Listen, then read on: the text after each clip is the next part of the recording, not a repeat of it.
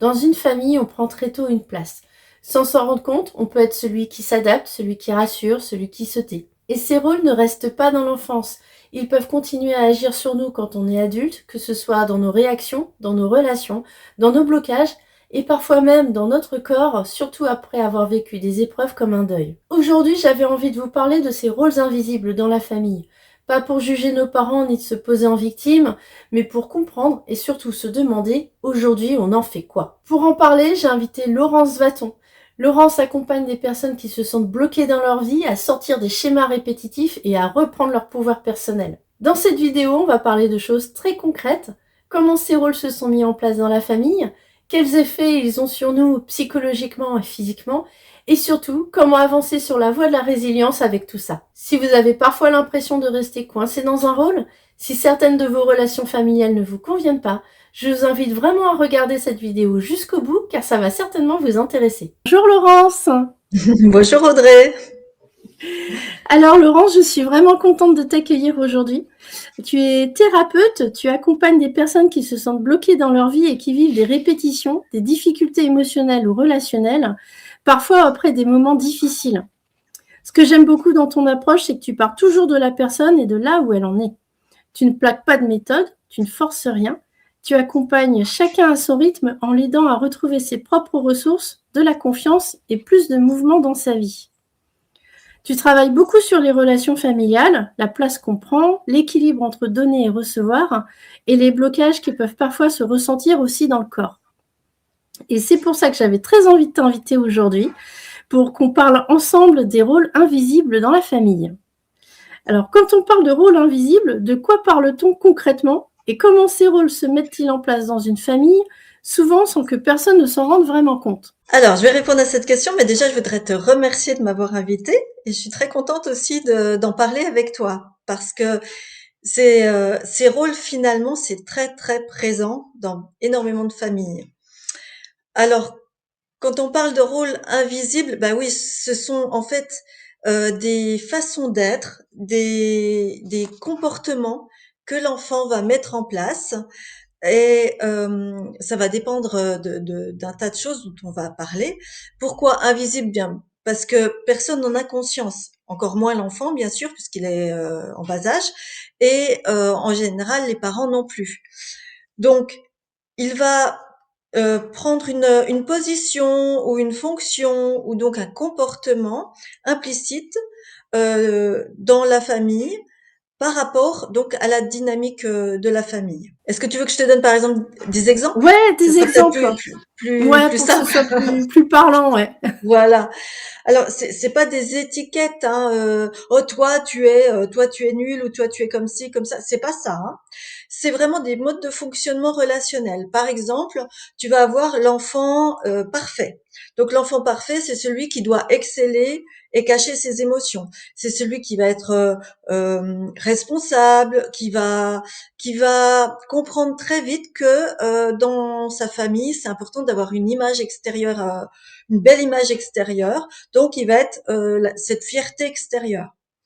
Tu vas avoir par exemple le bouc émissaire. Le bouc émissaire, c'est celui qui exprime les tensions, qui va porter toutes les critiques ou la colère. Tu vas avoir par exemple l'enfant invisible ou l'enfant transparent. C'est celui qui qu'on voit pas, qui s'efface. Il va se retirer soit pour éviter les conflits parce qu'il comprend que dans la famille les conflits peuvent être générés très facilement, soit il sent que un des parents est plutôt fragile ou émotionnellement par exemple, et donc il veut pas être une charge pour ses parents. T'as le clown, la mascotte, le clown de la famille, qui va faire donc, qui va utiliser l'humour pour détendre l'atmosphère.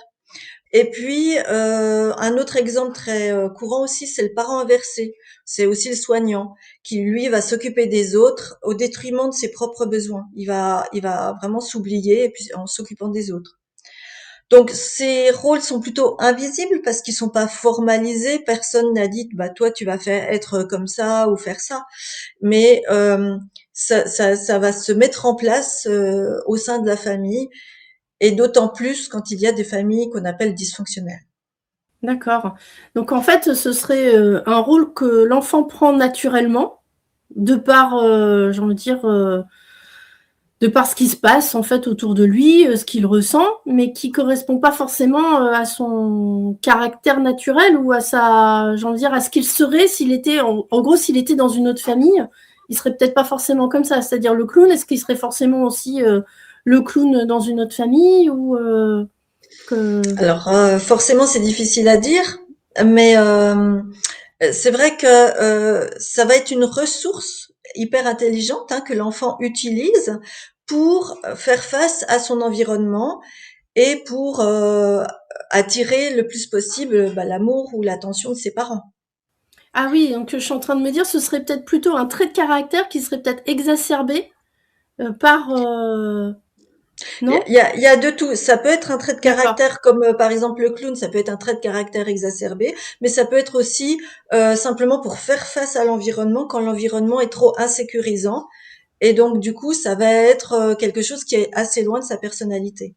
Est-ce que ces rôles sont toujours négatifs ou est-ce qu'ils peuvent nous construire? Disons que cette question, ça va dépendre un petit peu de la famille, du rôle, jusqu'où il va imprégner l'identité. De toute façon, c'est jamais tout noir ou tout blanc. C'est une ressource hyper intelligente pour l'enfant. Ça lui va lui permettre de grandir, de survivre, des fois dans un environnement qui est pas facile pour lui. Euh, Ça peut être ce que je disais, une famille dysfonctionnelle, donc où il y a des dysfonctionnements, où il y a vraiment soit un des deux parents, soit les deux parents qui ont vraiment des problèmes très importants, et du coup l'enfant va utiliser ce rôle pour s'en sortir, hein, pour pouvoir se développer. Ça peut être aussi simplement parce que l'enfant a une sensibilité différente, plus sensible, et du coup, il va se sentir dans un environnement plutôt insécurisant, et il va utiliser donc ce rôle pour aussi donc grandir, se développer. Donc forcément, il va y avoir des effets positifs. Par exemple, je parlais de l'enfant parfait. Bah, cet enfant parfait, il va devenir plus exigeant, il va devenir il va s'impliquer, il va se sentir, il va développer des notions de responsabilité. Mais en même temps, s'il reste dedans, ça peut être à un moment donné enfermant. Par exemple, il peut avoir une exigence beaucoup trop haute, donc s'auto-dévaloriser, et puis du coup être dans la procrastination.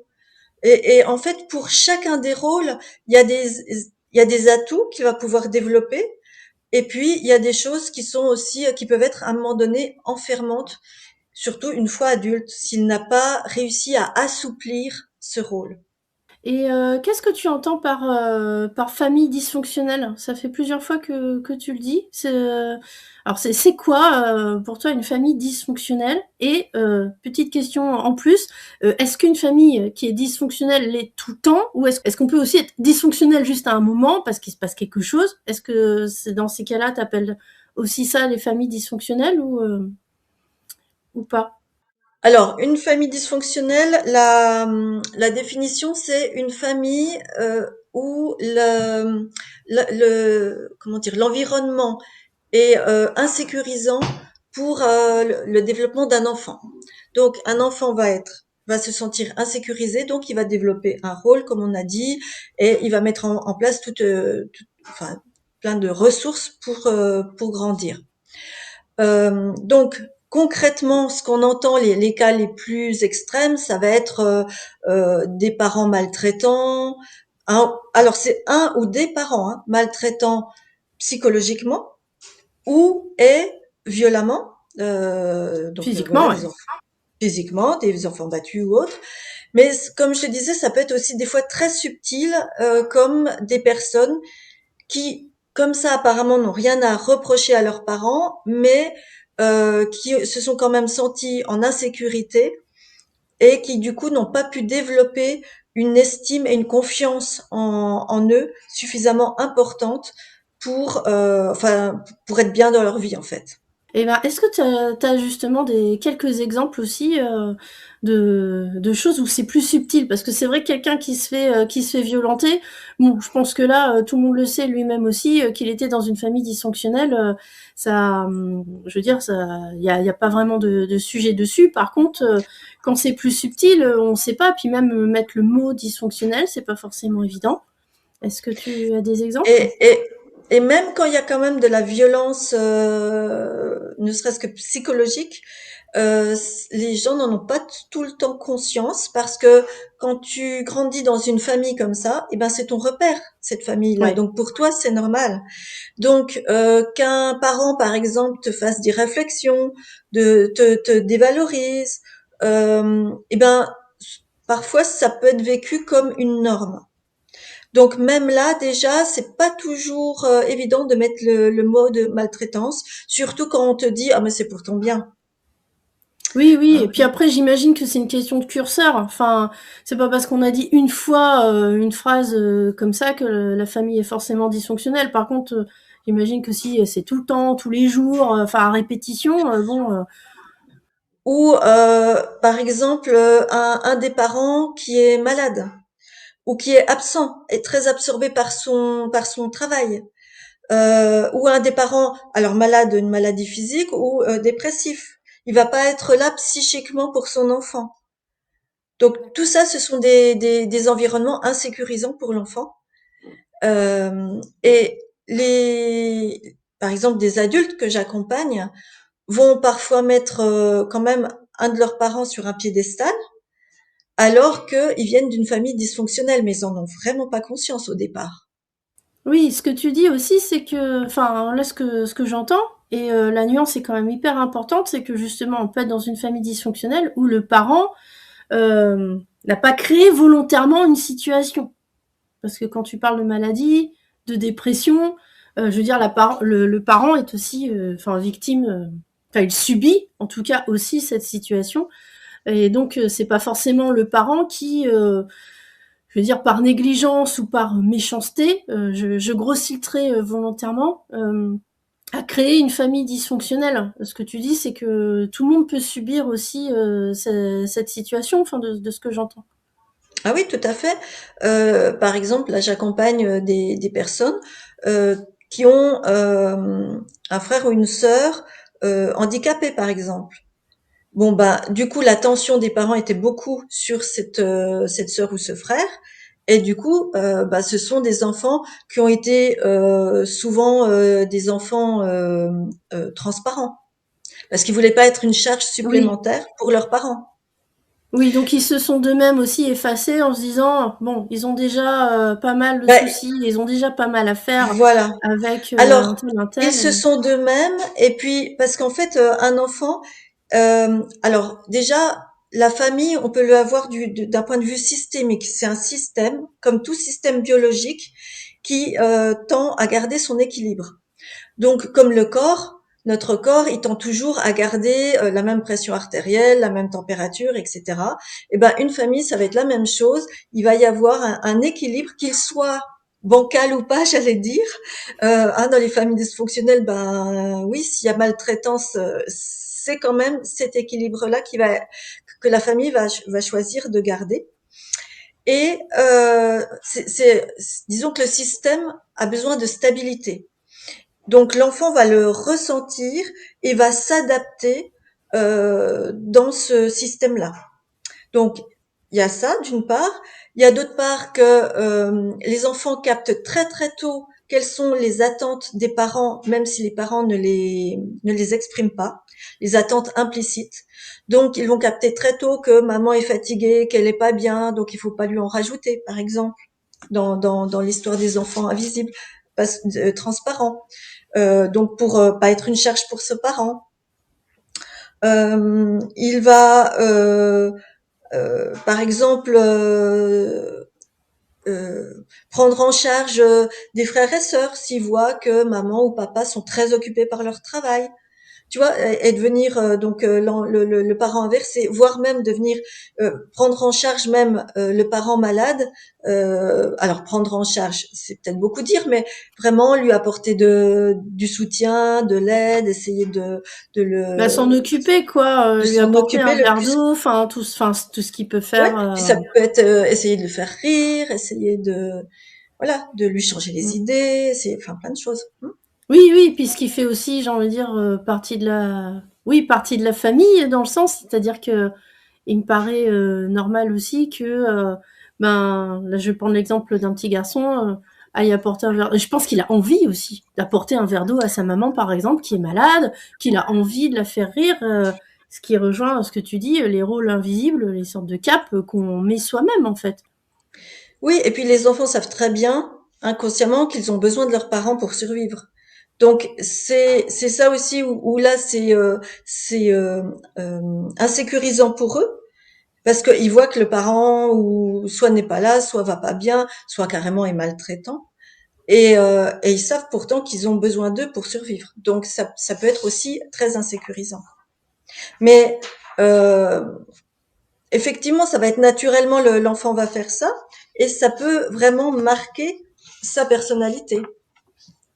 Alors justement, oui, dans après, sur, l'adulte, parce que toi tu t'occupes, toi tu t'occupes pas des enfants? Enfin Moi, je travaille ton essentiellement avec des jeunes adultes, enfin à partir de l'adolescence et adultes ah surtout. oui, d'accord. Ah oui, Mm. oui, d'accord. Et donc quels effets tu vois justement de ces rôles sur, enfin une fois qu'ils sont adultes, ces enfants? Eh bien, en fait, moi, je vois que les adultes qui n'ont pas réussi à sortir de ces rôles, mais c'est ce qui est souvent quand même le cas, hein, parce que à un moment donné, ces rôles, donc quand l'enfant est jeune, c'est vraiment une ressource très intelligente, mais à un moment donné, si on reste dans ce rôle-là, eh bien, on n'a pas accès à soi-même. On n'arrive pas à savoir vraiment qui l'on est, ce que l'on veut. On reste dans des loyautés par rapport à la famille, dans ce que va penser la famille, etc. Et du coup, ça devient un enfermement. Et D'accord, à un moment donné, ces enfants-là, ben, deviennent des adultes qui ont fait des choix ne leur correspondaient pas forcément, des choix qui deviennent lourds, qui perdent du sens dans leur vie, peut-être des relations aussi qui ne sont pas les bonnes pour eux. Ils vont peut-être rejouer des choses s'ils n'ont pas pris conscience de certaines choses. Et puis ça va donc les enfermer, ils vont se perdre et à un moment donné, vivre vraiment une insatisfaction et vivre quelque chose qui leur convient vraiment plus. d'accord. Donc ouais, c'est vrai que c'est important quand même, ce que tu as dit au début, il y en a aussi beaucoup quand même qui enlèvent ce rôle ou qui apprennent à vivre avec ou à s'en défaire petit à petit, tout seuls. Heureusement, ça fait aussi des adultes, qui sont bien dans leur peau et j'ai envie de dire plus ou moins d'ailleurs, ça va dépendre. Parce que je pense qu'on peut garder je pense qu'on peut garder, j'ai envie de dire, des séquelles plus ou moins grandes de, de ça. Qu'est-ce que t'en penses? Ben, enfin oui, souvent, hein, si on fait pas un travail sur soi-même, on va bien sûr en garder les traces. C'est en faisant un travail sur soi-même qu'on va pouvoir voir, prendre conscience de ce qui nous appartient vraiment ou pas, et puis voir ce que l'on veut garder, faire le tri en fait. Bah ça me convient, et puis ça en fait non, c'est pas vraiment moi et ça me convient pas. Est-ce que ces rôles ont aussi un impact physique? Alors je dirais oui à plusieurs titres. Par exemple, dans une famille, je prends un exemple lambda, un couple qui se déchire. L'enfant arrive dans ce couple qui se dispute. Eh bien, par exemple, l'enfant peut développer des maladies, des symptômes, des difficultés scolaires mais aussi physiques pour attirer l'attention de ses parents, pour que les parents ne se disputent plus, mais s'occupent de lui et quand il s'occupe de lui et s'inquiète pour lui, bah, il se dispute plus. Par D'accord. exemple. Donc ça peut devenir très jeune ou effectivement, une fois adulte, ça peut être une hypervigilance qui est toujours là. Ça peut être l'enfant invisible. L'adulte va être assez transparente. On va pas trop la remarquer. Ça va être quelqu'un de très discret qui va souvent se mettre en retrait. Le clown, ça peut être celui qui a toujours un mot pour faire rigoler tout le monde. Mais ça t'est peut-être déjà arrivé. On sent que c'est fait, mais euh, c'est pas forcément. On sent que la personne n'est pas sûre d'elle. C'est plutôt fait pour détendre l'atmosphère. Ouais, où on sent qu'il y a un truc. On sait pas quoi dire. Ouais. Enfin, je veux dire, on sait pas forcément quel mot mettre dessus. On se dit, tiens, il y a un truc. C'est Mm. vrai que des fois, on ressent peut-être un peu, oui, peut-être un peu comme si la personne se forçait, mais en même temps, personne ne la force non plus. C'est vrai que oui, parfois on peut ressentir. Là, quand tu parles d'invisibilité, la personne en fait pourrait donc se mettre volontairement, enfin volontairement, se C'est c'est- mettre en c'est- retrait, c'est volontairement ou plus. pas. Ou, ouais, Voilà, non, elle c'est s'en pas rend même bon. plus compte en fait. C'est ça, elle se Et, rend et- même plus et compte. même des fois, je vois, dans les personnes que j'accompagne, des fois, elle s'en plaint, c'est-à-dire qu'elle dit, bah, moi, quand je parle, on m'écoute jamais. J'ai l'impression d'être transparente. Parce que Ah oui, c'est tellement habituel chez elle, c'est presque une vibration que tu émets, quoi, quand tu es dans ce rôle-là pendant tellement d'années. Donc, il va falloir aller détricoter tout ça. d'accord. Ah oui, c'est vraiment une habitude en fait qu'on a prise, on a l'impression que ça, enfin, ça fait partie de soi quoi finalement. Mm. Mais c'est une partie qu'on subit finalement. Oui, Soit le clown voilà, qui du coup, c'est vrai qu'en plus je me dis le clown. Alors là c'est sûr, hein, on parle, c'est pour que les gens comprennent bien. Je veux dire, on grossit le trait, d'accord. bien Hein, sûr, tout le bien monde sûr, n'arrive pas avec son nez rouge en disant moi je suis le clown. C'est bien pas sûr. ça du tout. Mais c'est-à-dire que la personne pourrait à chaque fois vouloir faire rire la galerie et puis au fond en avoir un peu marre de toujours justement faire rire la galerie et que lui aussi, quand il est triste, il aimerait pleurer, par exemple. Enfin, je donne une idée comme ça. Et il s'en sent pas capable parce qu'il a toujours été habitué à être là pour détendre l'atmosphère, détourner l'attention des gens. Et c'est ça C'est qui pour ferait ça que... que je disais qu'à un moment donné, c'est enfermant. C'est au-delà de soi et c'est pas forcément ce que l'on veut en tant qu'adulte. Oui, c'est ça. Et c'est là qu'après, c'est bien de se faire accompagner justement pour aider à sortir de ce rôle. Surtout que j'imagine, le pire, c'est qu'on n'en a pas conscience en fait. Oui, alors il y a quand même un mal-être qui est là. Alors dans les symptômes corporels, il y a aussi quand même des somatisations, du stress, des maux de tête, des douleurs chroniques, des troubles digestifs, des tensions musculaires, d'autant plus que il y a eu quand même un environnement plutôt traumatique ou des négligences lors de l'enfance. Même et souvent c'est en absence de pathologie vraiment médicale claire, hein, de diagnostic, des diagnostics difficiles à poser pour la médecine. Euh, et puis je t'ai parlé d'hypervigilance tout à l'heure, euh, Oui. d'hypersensibilité aussi. Alors, est-ce que tu Ça peux peut être détailler l'hypervigilance? l'hypervigilance, ça va être quelqu'un qui va être tout le temps stressé, tout le temps à vérifier qu'il n'y a pas un danger.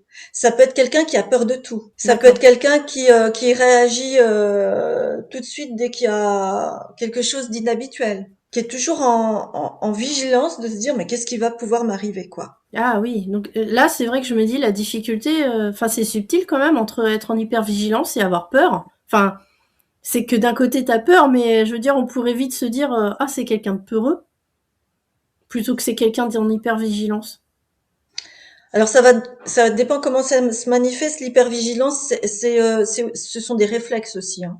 C'est vraiment D'accord. tu sursautes au moindre truc ou tu. Après, il y a des degrés, hein, bien sûr, il y a des degrés. Euh, après, là, par exemple, j'ai fait une séance avec une personne sur les peurs. Euh, Elle a peur de tout, mais vraiment de tout. de proposer, de rencontrer des personnes, d'aller voir des gens, dans les relations sociales, elle a peur du tout. Mais tout ça, c'est plutôt, c'est pas être peureux, c'est manquer de confiance en soi, tu vois. D'accord. Oui, c'est vrai qu'après, suivant les degrés et suivant comment ça se manifeste, oui, c'est tel ou tel, soit c'est de l'hypervigilance, ouais, soit c'est le manque de confiance en soi, ou soit c'est de la peur, ou ça peut Mm. être un petit peu mélangé, aussi, j'imagine, en fonction des gens. Oui, et puis du coup, voilà, d'où cette hypersensibilité corporelle.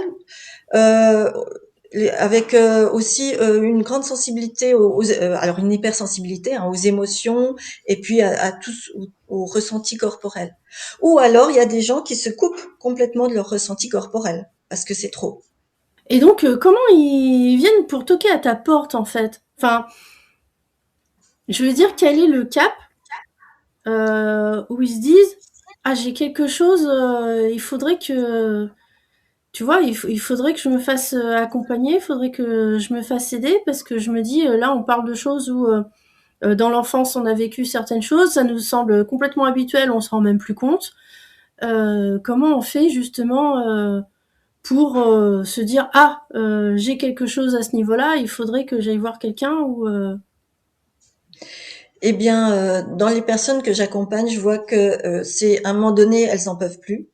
Ces personnes sont vraiment dans l'insatisfaction, se sentent euh, pas en harmonie, pas en cohérence avec ce qu'elles vivent. Elles sentent qu'elles pourraient vivre autre chose. Elles se sentent enfermées, bloquées. C'est pour ça que je te parlais d'enfermement tout à l'heure. Elles sentent que elles pourraient s'épanouir beaucoup plus. Donc, euh, en général, c'est quand elles sont au bout, hein, parce oui. que voilà, il faut user en fait la résilience, je dirais presque, hein, pour oser franchir le pas. Ce qui est dommage, mais bon, c'est souvent comme ça. Et, euh, et donc c'est vraiment ce sentiment de mal-être, d'insatisfaction. Il y en a qui commencent à pleurer, elles pleurent tout le temps, elles savent pas pourquoi. Il y en a qui vont jusqu'au burn-out. Il y en a qui vont, tu vois, ça dépend vraiment des personnes. Hein. Oui, ça peut notamment être un sentiment justement, oui, comme tu dis, de mal-être, sans qu'il y ait de raison, je veux dire, C'est ça, factuelle. c'est ça. En Des général, fois, on elles se dit, comprennent. mais on a tout pour être heureux, on a la maison, les enfants, le chien, voilà, tout, et puis en fait, ça va pas, on pleure tous les jours, quoi. C'est ça. Justement, c'est souvent ça. Elles comprennent pas. Mais pourquoi? Qu'est-ce qui se passe? Euh, et c'est souvent cette incompréhension qui fait qu'elles se disent à un moment donné, mais il faut que j'aille voir quelqu'un. Parce qu'elles essayent de tout faire pour comprendre. Tu vois, par exemple, on parlait de l'enfant parfait. Il y a une dame que j'accompagne, une fois qui m'a dit, mais je comprends pas, j'essaye de tout faire tout bien, de tout faire bien, et ça va pas. Qu'est-ce qui se passe? Et alors, qu'est-ce qui se passait pour elle? Enfin, sans évidemment dévoiler des choses, mais Ouais. du coup, là, typiquement, on Bah là, essaye de tout faire bien.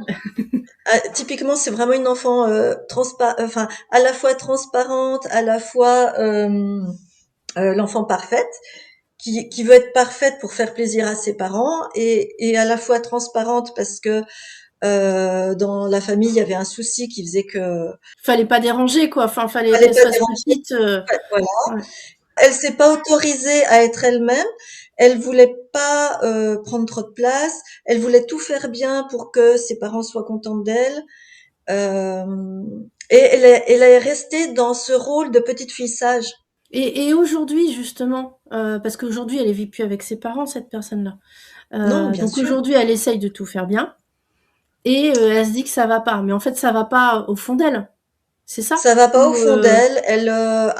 Voilà, elle a commencé à pleurer tout le temps, à se sentir seule, et puis à se dire mais qu'est-ce qui va pas quoi? Qu'est-ce que je Alors elle est partie de qu'est-ce que je fais mal? Et non, c'est pas qu'est-ce qu'elle fait mal, c'est elle s'est perdue et c'est important de se retrouver. Et où sont ses envies, où sont ses désirs, où sont ses besoins, comment elle y répond, comment elle en prend soin. c'est ça. C'est que en fait, elle était partie du principe que si ça allait pas, c'est parce qu'elle faisait pas assez bien les choses, ou pas assez à fond, ou pas assez en quantité, j'imagine. Pas assez Euh, comme il faut, entre guillemets. Donc le comme il faut, c'est quelque chose d'idéalisé, quoi. voilà. Et alors qu'en fait, son attention, enfin, du coup, son attention devrait aussi, enfin, devrait se focaliser sur d'autres questions plutôt que qu'est-ce que je peux faire mieux. Ouais. C'est ça. Ouais. Donc c'est revenir au corps, c'est revenir à qu'est-ce que je ressens, qu'est-ce qui est bon pour moi, et puis revenir à pour se connaître, quelles sont mes valeurs, qui suis-je en fait, parce que du coup elle s'est complètement perdue. C'est ça, c'est que, est-ce qu'elle s'était déjà posé ce genre de questions? Pas vraiment, non. Et puis ce sont les aléas de la vie qui ont fait qu'à un moment donné, il a fallu qu'elle se pose des questions. Bah, c'est vrai que oui. Et puis des fois, il y a des questions qui sont difficiles, hein. On se l'évoque comme ça, puis on se dit non, non, c'est bon. Et je vais plutôt faire ça là parce que Oui, puis quand tu viens d'une famille, on se pose pas trop de questions, on n'est pas dans la réflexion, tout ça, ça paraît loin, ça paraît, voilà.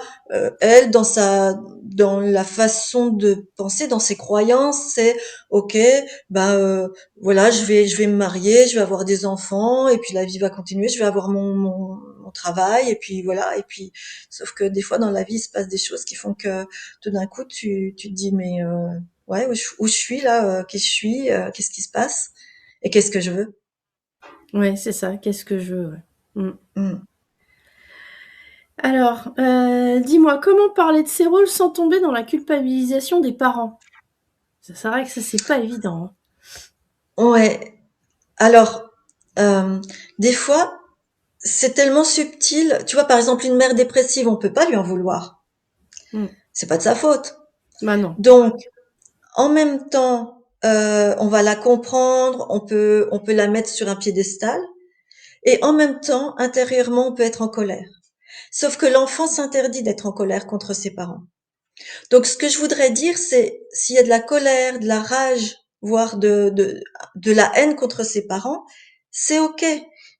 Le truc, c'est que c'est important de l'accueillir pour pouvoir le transformer et pas rester avec ça. Mais la plupart des gens se coupent de ça parce que c'est pas bien, parce que t'es pas une bonne personne, parce que on n'en veut pas à ses parents. Mais je pense que c'est un passage obligé de le reconnaître pour pas que ça reste enfoui en soi. Quand on a des parents maltraitants, souvent, si tout de suite on les comprend, on les excuse et tout ça, bah, il va y avoir ce qu'on appelle une dette de haine ou une dette de colère. Alors, quand je parle de haine, tu sais, la haine, c'est l'autre face de la même pièce que l'amour, hein. Donc voilà. Mais donc c'est important de passer ce moment-là, de se l'autoriser à un moment donné sans culpabiliser et de le passer pour effectivement pouvoir se dire, bah oui, mes parents étaient aussi dans leur propre schéma, dans leur propre rôle. Ils ont fait comme ils ont pu avec leurs propres émotions, leurs propres problématiques qu'ils portaient de leur enfance, de leurs parents, etc. Et dont certaines dont j'ai hérité.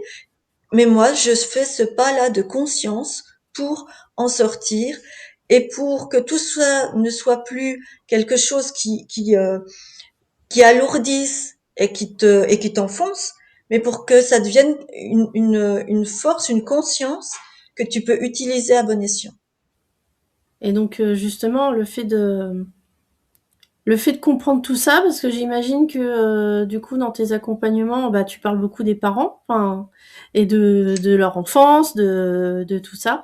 Ça les aide à comprendre justement les gens. Est-ce que ça, parce que parfois, on peut se poser la question de se dire, oui, mais bon, c'est du passé. En quoi ça va m'aider, moi, du fait de savoir que c'est parce que je faisais ci ou ça quand j'étais petit. Alors, il faut pas rester bloqué dans le passé, je suis d'accord. Mais ça permet de prendre conscience. Et prendre conscience, c'est différent encore que de comprendre. Quand on prend conscience, on l'intègre avec le corps. Et en fait, tout ce qu'on a vécu est resté dans notre corps. On a tout intégré dans notre corps. Toutes les émotions de mal-être, etc., ou de tristesse, ou tout, ou de tension, tout s'est incrusté dans le corps. Et donc c'est important d'aller décristalliser ça, de pouvoir en prendre conscience pour le lâcher. Donc la compréhension c'est une chose, mais c'est pas la seule chose. C'est pour ça que c'est important d'avoir une approche psychocorporelle et d'aller plus loin que juste la compréhension, d'aller vers la prise de conscience et de lâcher tout ça. Alors, qu'est-ce que tu entends par une approche psychocorporelle? Alors j'utilise plein d'outils. Donc j'utilise l'art-thérapie. Alors attention, c'est un grand mot, ça peut faire peur, mais en fait, on s'en fout on sait pas peindre, on sait pas dessiner, on s'occupe pas de ça, on s'occupe pas de l'esthétique. On s'occupe de ce qu'on va amener et comment on va pouvoir voir ce que notre inconscient en fait a envie de nous dire, les messages de notre inconscient. J'utilise aussi beaucoup d'outils corporels dans le sens où bah, ça peut être aussi des mouvements, ça peut être aussi euh, des choses à dire qui vont venir vraiment justement aux personnes. Et quand tu dis ça, qu'est-ce que tu ressens? Et les personnes sentent, hein, ça bouge dans le corps. Euh, des visualisations, j'utilise aussi l'hypnose, j'utilise aussi alors bon, je parlerai peut-être un petit peu après de ce que je propose, mais voilà, c'est important c'est pas que de C'est, l'échange verbal, voilà, c'est c'est pas que de la important, parole. Mm. c'est pas que de la parole. Comprendre, c'est une chose, mais ça va vraiment pas assez loin. C'est pas D'accord. suffisant pour en sortir.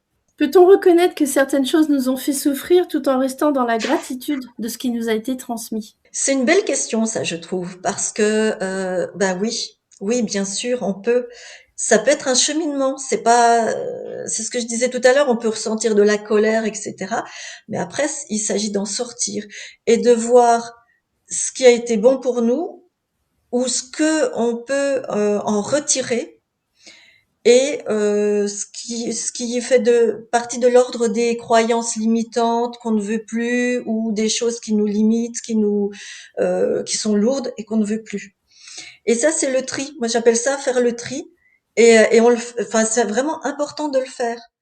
Euh, Parce que les familles vont pouvoir te donner peut-être certaines valeurs, certaines qui te conviennent, d'autres qui ne te conviennent pas, certaines croyances certaines qui vont te soutenir et d'autres qui vont être limitantes, quelle que soit la famille. Oui, il est important de dire qu'on nous transmet aussi des bonnes choses dans ces rôles invisibles et puis parce que là, c'est vrai que on peut vite en fait ne parler que des choses qui nous pèsent et parce que c'est les choses qui posent problème en fait. Donc on peut vite ne parler que de ça, mais il y a aussi des choses positives qu'on récupère et ça, on s'y penche pas beaucoup non plus. Quand on va élaborer ce qui s'est passé, quand on va aller voir ça et voir quelle était ma relation à maman, quelle était ma relation à papa, c'est important de faire ce tri-là. Ok, j'ai vu ça, ça j'en veux pas, au contraire, ça c'est quelque chose qui me convient bien, je veux le garder. C'est vraiment important de faire ce tri. Et même dans le rôle qu'on a pris nous a permis de développer aussi certaines qualités. Oui, Donc ces qualités-là, on peut les garder et puis lâcher le trop entre guillemets, ce qui est enfermant, ce qui est lourd. Mais ça nous a quand même apporté des qualités. De toute façon, comme je disais au départ, c'est des ressources que l'enfant met en place. Hein. Ben, par exemple, je te parlais de la personne, une mère dépressive. Cette femme était certainement très sensible. Donc la fille a gardé cette sensibilité, cette grande sensibilité. Elle est dans la sensibilité, dans l'empathie, ce sont des belles qualités. mm, Après, euh, ce qui est important, c'est de ne pas aller dans le sacrifice pour l'autre. oui, Parce que là, c'est là où elle se perd. Et là aussi où il y a une chose que je n'ai pas dit tout à l'heure par rapport aux impacts sur le physique. Combien de femmes sont dans le sacrifice et sont dans l'épuisement, dans une fatigue extrême. Et puis c'est pareil quand on est dans ces rôles qu'on ne veut. parfois, enfin qui nous enferme, on lutte, on est en lutte. Donc psychiquement, c'est très fatigant. Donc il y a aussi beaucoup de fatigue qui sont expliquées par ces mécanismes. Oui, oui, et puis comme tu dis, c'est complètement invisible, quoi. Ah Donc complètement. là, Si on va on a aucune idée d'être fatigué par rapport à ça. Enfin, exactement. Si on va pas creuser ça, pardon. Par exemple, cette personne, eh ben, elle a, bien sûr, enfant, elle a ressenti la tristesse de sa maman. Donc, il y a une tristesse enfant qu'elle a voulu porter pour sa maman, sauf que elle a pris cette tristesse, mais ça n'aide en rien sa maman, hein. Donc, cette tristesse, il a fallu l'évacuer. Donc, voilà. Mais de contenir cette tristesse, eh ben, psychiquement, c'est très fatigant. qu'est-ce qui change intérieurement quand on commence à lâcher ce rôle invisible, justement? Alors, quand on lâche un rôle, eh bien, petit à petit, on devient plus soi-même. On devient plus authentique, plus vrai. On s'autorise à écouter ses envies, ses désirs, et ses besoins, je dirais même en priorité. Donc, on s'autorise à répondre à ses besoins, à prendre soin de soi. Et on va réajuster parce que ce sont souvent des personnes qui vont se suradapter, donc qui vont tout faire en fonction des autres en s'oubliant complètement. Et là, on va commencer à s'ajuster. S'ajuster, ça veut dire je me prends en compte et je prends aussi en compte mon environnement, mais je me prends en compte en premier. D'accord. Et donc, physiquement, quels sont les retours des gens une fois que, parce que être authentique, c'est un terme hyper, je veux dire, hyper, c'est un concept, quoi. Enfin, Oui, mais disons qu'elles sentent qu'elles sont plus en accord avec elles-mêmes. Elles font pas pour faire plaisir. Elles arrivent à poser leurs limites, à dire stop. Euh, et elles vont, quand elles vont faire quelque chose, c'est un vrai oui, c'est un vrai oui, j'ai envie. Et puis sinon, elles s'autorisent à dire non. d'accord. Donc Donc c'est, ça change tout. ouais, c'est ça. C'est plus un bien-être en fait, un bien-être intérieur, et il y a plus ce tiraillement de ah ouais, j'ai dit oui, mais en fait je devrais dire non, ou enfin ou l'inverse plutôt. C'est Mm. et du coup, j'imagine qu'il y a moins de rumination peut-être, il y a moins de à se poser plein de Moindre. questions. Exactement. Et puis il y a donc du coup plus de facilité pour faire ses choix, pour prendre des décisions, pour avancer, pour expérimenter des choses où avant elles auraient pas osé, elles auraient pas. Et du coup, bah plus tu expérimentes, plus tu vois si ça te plaît ou si ça te plaît pas. Donc plus tu te connais, donc plus tu vas oser. Et c'est un cercle vertueux. Tu sors D'accord. du cercle vicieux pour rentrer dans le cercle vertueux. Alors dis-moi, spécifiquement, en fait, après un deuil, est-ce que ces rôles ont tendance à ressortir, à être exacerbés, ou est-ce que ça reste comme avant? Il n'y a pas de règle générale pour toutes les familles. Ça dépend vraiment des familles. Ça dépend comment la perte du membre de la famille va être perçue. Donc, soit pour combler cette perte, soit tout va se cristalliser et pendant un moment, ça va être même encore plus rigide. Puis peut-être qu'après, ça peut bouger. Ou alors, ça peut effectivement éclater. Et puis, s'il y a une ou deux personnes qui bougent, de toute façon, il suffit qu'il y ait une ou deux personnes qui bougent dans une famille pour faire bouger tout le monde, hein. Ah oui, ça c'est hyper intéressant ce que tu dis. Ah ouais. De changer ta posture, ça fait changer la posture des gens autour, forcément. Ah oui, automatiquement. Ouais, C'est vrai que ça paraît évident, on n'en a pas parlé avant, ouais. mais oui, oui, ce que tu disais au tout début, c'est que la famille fait tout pour rester en équilibre. Donc s'il y en a un qui change un petit peu, hop, automatiquement, sans s'en apercevoir, tout le monde change aussi un petit peu. Alors, sans s'en apercevoir, je pense qu'il y a des moments où il peut y avoir des petites frictions en se disant, bah attends, d'habitude, tu dis toujours oui, là, tu dis non, je comprends pas. C'est ça. Au début, les autres membres de la famille peuvent un peu ne pas trop comprendre et un peu se braquer. Donc après, c'est voilà comment on ajuste les choses, mais petit à petit, ça peut faire bouger les gens autour, ouais, carrément. Mm. C'est vrai qu'en plus, je pense qu'au départ, ils peuvent même remettre en cause, des fois, s'ils ont connaissance qu'ils voient quelqu'un, se dire, bah attends, c'est qui la personne que tu vois? T'as complètement retourné le cerveau, hein. Exactement, exactement. Parce Mmh. que quand on ressent un changement comme ça, c'est pas évident. Et d'où Ça peut l'intérêt aussi, je pense, de se faire accompagner pour se dire non, mais là, moi, j'ai vraiment envie de te dire non. mmh, Donc, pour ouais. rester, j'ai envie de dire droit dans ses bottes, c'est pas facile quand, par exemple, on a toujours dit oui et qu'un jour on dit non. Ça peut faire peur, mais c'est là aussi, on n'en a pas parlé.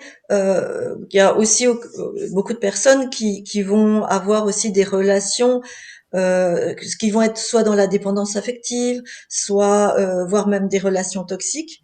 Et à ce moment-là, bah, de sortir du rôle, ça peut remettre aussi en question beaucoup de choses, mais pas forcément. Après, c'est à chaque personne, parce que je veux pas faire peur, hein. Chaque personne voit ce qu'il en est. Il y a des personnes qui viennent parce que justement elles se posent beaucoup de questions et elles se rendent compte qu'elles sont dans une dépendance affective ou dans une relation où il y a des choses qui vont pas, et elles sont déjà prêtes à en sortir.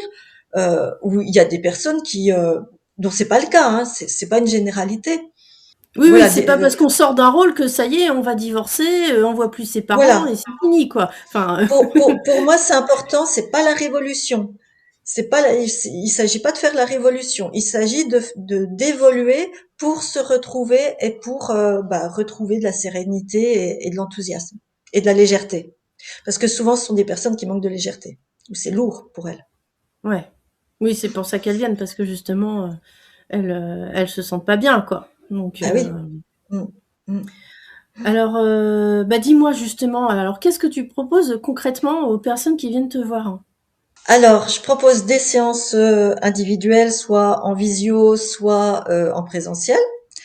Je propose des ateliers, je vais proposer beaucoup en présentiel. Et puis, je propose un C'est dans quelle programme. région? Je suis dans le Pardon, Jura, dans le dans le Jura, Jura, d'accord. à Lons-le-Saunier. Ouais, ça peut être l'occasion d'aller voir vraiment la belle nature qui est là autour. Et puis, donc, je propose aussi des groupes. Alors, j'en ai en présentiel et puis je vais en ouvrir aussi bientôt en visio. D'accord. Parce que le groupe, l'intérêt du groupe, c'est qu'il y a le soutien du groupe et on apprend aussi l'interrelation. Et c'est souvent ça aussi la difficulté des personnes, c'est l'isolement. Donc du coup, bah, elles n'arrivent pas à s'en sortir hein, parce qu'elles se sentent isolées. Et puis le fait de ne pas avoir de soutien et le fait de d'avoir peur des autres. Et elles se rendent compte en fait en groupe que il y a plein de miroirs, que tout ce qu'elles traînent comme boulet, et ben il y a plein d'autres personnes aussi qui les traînent. Donc pour D'accord. l'instant, je fais des groupes de femmes. OK. Petit groupe, six femmes maximum. Et là, mais j'ai un groupe, mais je vois, c'est formidable, où il y a une séance individuelle par mois et une séance de groupe par mois. Il y a un groupe Telegram.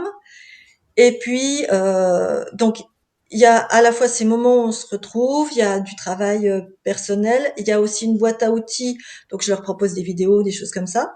Et puis, il y a des challenges, parce que, comme on disait tout à l'heure, c'est pas non plus que dans l'échange et même les prises de conscience, c'est bien, mais à un moment donné, il faut aussi agir. Oui. Donc il y a des challenges. Et puis là, il y a eu, on a formé des binômes et les binômes pour qu'elles se soutiennent l'une l'autre. Et je vois comme bah c'est vraiment hyper soutenant quoi. Ça fonctionne bien. Et donc c'est Ah sur, oui, ça c'est fonctionne. c'est sur combien de temps? C'est sur 9 mois. Neuf D'accord, mois, le temps d'une gestation et le temps d'une naissance, parce que c'est vraiment naître à la femme qui est en devenir en fait. Sortir de ses enfermements pour naître à soi-même, hein. oui, et puis comme ce que tu disais tout à l'heure, il s'agit pas de tout révolutionner, pouf, en une séance, sinon en Bah, c'est fait pas c'est possible. trop, quoi. Ouais, voilà, c'est pas C'est possible c'est- c'est pas et c'est possible. pas Il faut aussi souhaitable en fait finalement. Mmh. exactement. Il faut aussi aller en fonction du temps de la psyché. Et ce temps-là n'est pas le même pour tout le monde. Et il y a des personnes au bout de 9 mois qui continueront encore un peu, d'autres pour qui ça sera bon. Enfin voilà, Euh, mais c'est important de prendre ce temps-là. Oui, et ce que j'allais dire, c'est important de le dire aussi, parce que quand on va pas bien, on a envie d'aller bien maintenant. On est pressé, quoi. Donc, alors qu'en fait, non, c'est comme, enfin, je sais pas, là, j'ai pas d'idée qui me vient comme ça, mais parfois on peut Ben, pas forcer les choses en fait. Enfin, il faut respecter ah, le temps pour s'adapter. Ou si c'est un peu comme un escalier, c'est pas parce que t'as envie d'aller là-haut que tu te dis bah tiens moi je vais faire 6 marches par 6 marches. Non, ça va pas marcher. T'es tu obligé vas de être faire marche par épuisé. marche. Tu vas être épuisé, tu vas pas tenir le rythme et à un moment donné, tu vas craquer. Et ben, la psyché, c'est Mm. exactement pareil. Faut faire attention au rythme de la psyché. C'est pour ça que moi, je m'adapte beaucoup aussi au groupe. C'est pour ça que je veux des petits groupes et, D'accord. je vais vraiment en fonction du groupe. Alors où est-ce qu'on peut te trouver, avoir les informations si on veut en savoir plus? Eh bien, j'ai un site internet, donc laurencevaton.fr. Je suis visible selon les périodes, plus ou moins, sur Facebook et Instagram. Et puis D'accord. sinon, on peut me joindre donc par mail. Il y a mon adresse mail et bien sûr et mes coordonnées sur mon site internet. Bah, Et puis je vous les affiche en bas de la vidéo. Là, vous allez pouvoir voir les infos. Donc, sur ton site internet, surtout, on peut te contacter par mail. Ça, oui, c'est bon. par mail. Et accessoirement sur Instagram ou Facebook. Voilà, alors Facebook, ouais, un petit peu. Sur Pas trop. Instagram, c'est Laurence-coach-thérapeute. D'accord. De toute façon, je mets les coordonnées donc de tes comptes en bas avec ton site internet aussi. Et comme ça, vous allez pouvoir te retrouver très facilement. Eh ben, merci beaucoup, Laurence. Je suis très contente que tu sois venue. C'était vraiment hyper intéressant.